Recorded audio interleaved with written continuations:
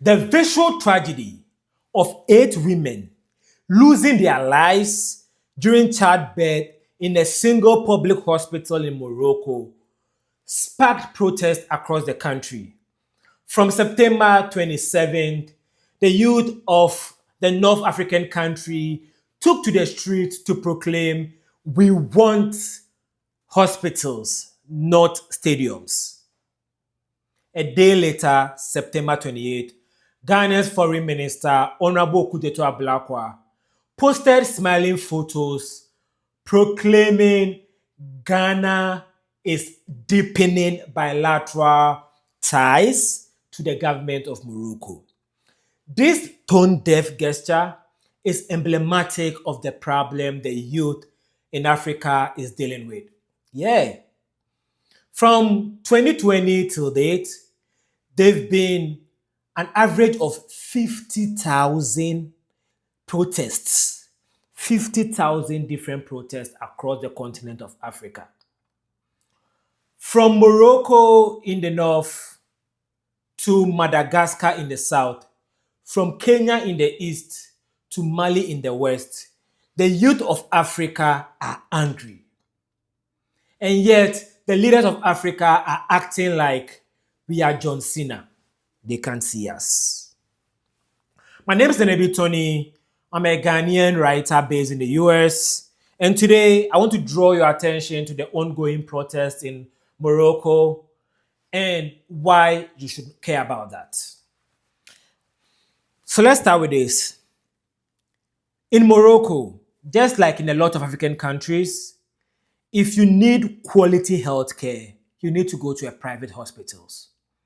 Public hospitals in Morocco are nothing to write home about, and the youth are tired about it. And there was an incident that sparked them to start even taking this seriously. 8 women were reported to have lost their life in a single public hospital in a town called Agadir. And the youth said, no, this loss of lives is not a one-off event. It is something that is an indication of how bad public hospitals have been neglected in Morocco. And it also added how schools have been neglected in Morocco. And why is now the time they are saying this?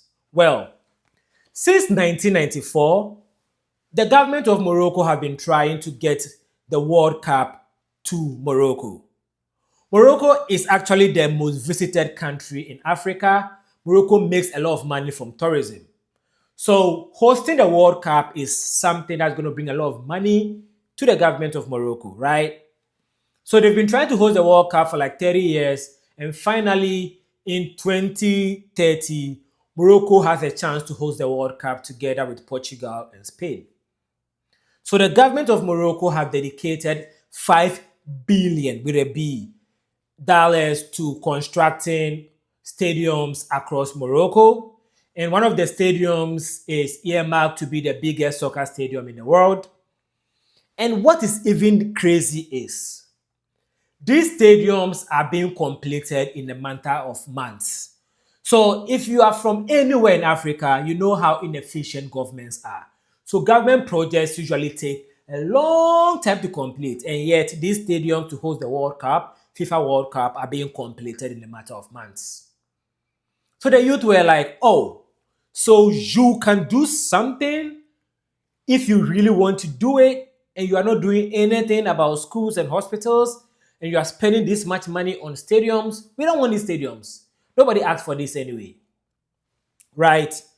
So they took to social media. It started with TikTok and Discord to make complaints. And they're like, social media, dangerous. You know why? It's easy to squash protests on social media, right? You remember in 2020 when there was the NSAS protest in Nigeria, Nigerian youth were organizing themselves on Twitter, and the government of Nigeria shut down Twitter in Nigeria. So that can happen. So the youth were like, let's go on Discord. Discord is more private. Organize ourselves on Discord, and then let's take to the streets. So from September 27th, 2025, the youth of Morocco have been on the streets. A day later, September 28th, Morocco foreign minister met with Ghana's foreign minister. They signed a deal. They smiled at each other, posted photos of them being happy, ignoring the protest as if it wasn't happening. And Ghana's foreign minister wrote a glowing letter about Morocco for the Ghana Ministry of Foreign Affairs website. But the protests were still ongoing. So in September 29th, 2025, which is like a few days ago, the government of Morocco started using police to squash the protest. So when there's angry youth asking you for hospitals, not stadiums, and you bring in police to attack them, what do you think is going to happen? Yeah, riot. So the protest started getting violent. It didn't start out as violence. Let's point that out. It started getting violent and it led to riots. But another thing, the protest just got bigger. The youth are being threatened. I think as it stands now, there's a foreign human rights watch in Morocco that is saying that about 120 people have been arrested and moved around to places where their family and friends can see them. But the youth are still protesting, right? It's still ongoing. So there's something about the Morocco protest that I want to draw your attention to. They said they don't have a leader, they are not tied to any political party, and their claims are patriotic. This is something that has been emblematic of all the protests that the youth in Africa have been staging since 2020. I'm pretty sure it was the same in the early 2000s, the Arab Spring protest, but I wasn't old enough to have an intimate understanding of how they were playing out. But from 2020, the protests in Nigeria and the protests going on in Morocco now have had one thing in common. They've all had said that they don't have leaders. That's important because if you have one leader, they can strike your leader and then the ship will disperse. So they don't have a leader. If you want to strike, strike all of us. Unity. Two, no political parties. One thing usually African leaders use when it comes to ending protests is claiming that people have a political agenda. So if you say we don't have any political leader or you don't have a political party backing you, you don't have what? A political agenda. Of course, there have been instances where politicians have taken advantage of a youth-led protest to make political cases for themselves. For example, last year in Ghana, there was the Fix the Country protest, which wasn't political, yet Ghana's current foreign minister, Okujeto Ablakwa, and Ghana's current communication minister, Sam George, inserted himself into that protest and made it political. But again, no political party. And third, patriotic. I live in the US, so I've paid attention to how protests happen in the US versus how they happen in Africa. And Americans, when they are protesting, they make it look like they dislike their country and everything it stands for. They don't. I'm not saying they do, but that is usually the air that protests carry in America. African youth, since I've been old enough to pay attention, always protest with the air of patriotism. For example, during the NSAS protest in Nigeria in 2020, each day of the protest, the youth of Nigeria sang the Nigerian national anthem. And there was a time that the unfortunate incident of Nigerian army attacking the protesters and one person losing their life, the Nigerian youth covered that corpse with the Nigerian flag because when a soldier loses their life in a battle, you cover them with a flag, right? In the spirit of patriotism. In Kenya, it was similar. Every African country that have seen protests recently, the youth always wave their country's flag, sing their national anthem, and make their leaders know that this country is ours, not yours. You are a steward of this country and you are supposed to respect us because this is our motherland, right? And I wanted to point that out because the Moroccan youth are not saying they hate Morocco. They are actually asking the king of Morocco to remove the leaders, which means that they respect the royalty of the king of Morocco, right? And they're asking that we want hospitals, we want quality education, we want corruption ended, and stop wasting money on things we are not asking for. Simple. So it's still ongoing. We'll keep watch and we see how it turns out.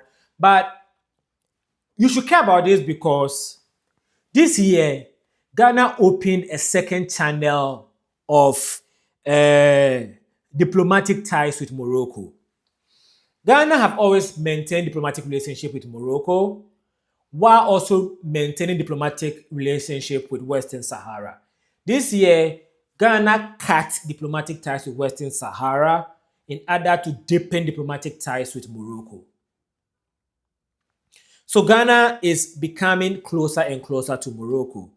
That is why, even though usually, whenever there is a protest happening in the country, in Africa, most African leaders stay away from talking about it. It is a matter of diplomacy to not speak about internal affairs of another country.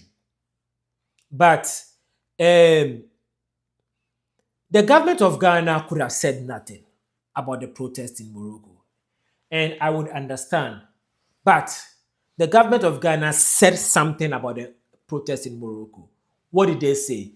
By posting smiling photos next to the foreign minister of Morocco and praising Morocco, the government of Ghana is on the side of Morocco right now.